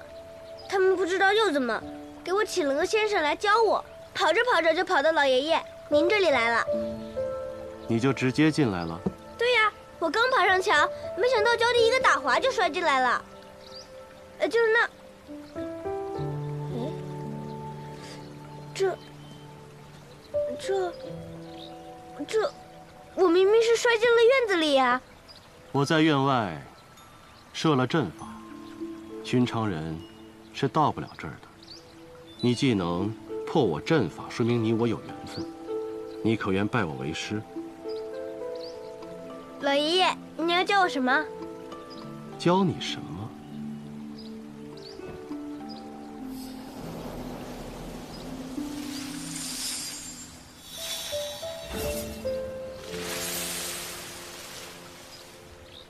又是武功，没兴趣，没兴趣。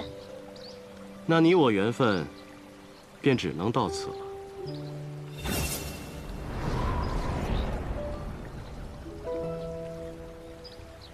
去吧。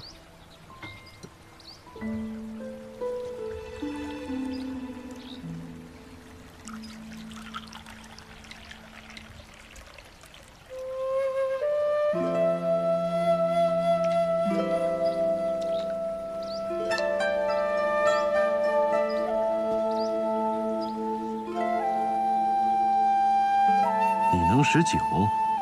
我可是以后要做酒仙的人。那小酒仙，你来闻闻。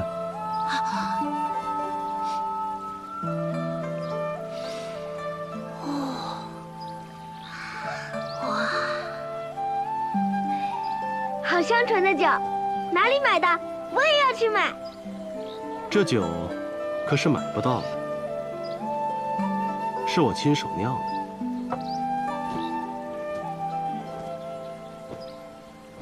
我拜先生为师，请先生教我酿酒。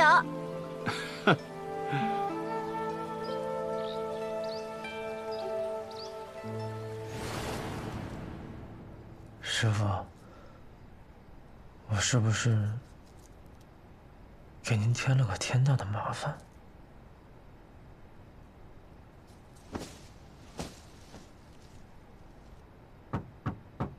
东来，小公子，不是东来了。东来人呢？我这院里什么时候来了个女眷？东来是小公子的心腹，被世子爷调到西院去了。瑞儿是从别院调过来的。我爷爷什么时候回来？今日听府上送信的人来说，怕是还得3、4天吧。等不了了，我得马上去见师傅。瑞儿，你立刻前往洛城巷，找叫做怀仁的药铺，通知里面的人，快马加鞭，一刻不停地往天启方向跑，直到遇到侯爷的军队，听到了吗？哦，小公子，您这是想让老侯爷早点回来替您撑腰啊？我可是世子妃的人啊！别演了，我娘亲肯定是装的骗我爹，好把你安排在我的身边，都是自己人。天哪，到底是谁给了小公子这样的自信啊？当然是我跟我娘亲这么多年来的默契啊！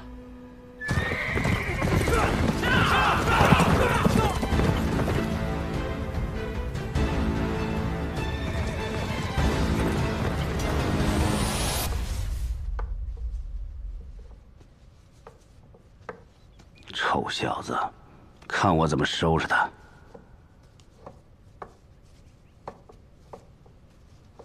昨日，哥哥同我说，他们回来的路上先去了剑林。嗨，我觉得大舅哥啊，这事做的没问题，是该让东军长长见识了，不然真成了废物了。他们去了剑林，抢了一柄仙宫品的剑，是东军自己夺的。哥哥什么也没有做，用的剑法是西楚剑歌，问道于天。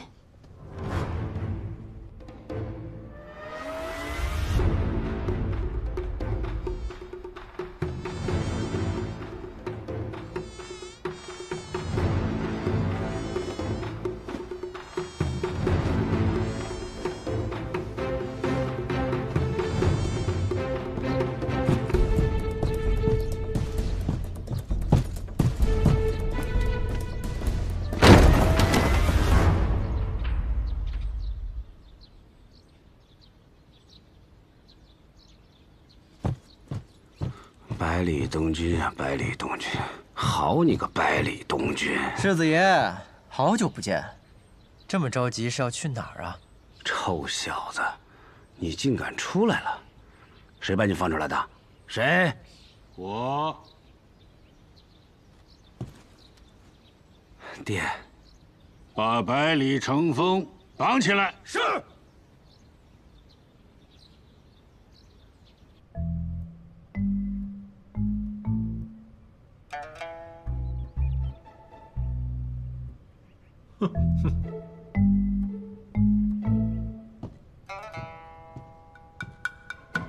哟，世子爷，您怎么在这儿啊？被绑的还开心吗？要不要去柴房休息休息？嗯。东军，娘。父亲，成风好歹是世子，洛邑知道您疼爱东军，但现在面子也落了，罚也罚过了，就给他松绑吧。是啊，父亲。我有让你起来吗？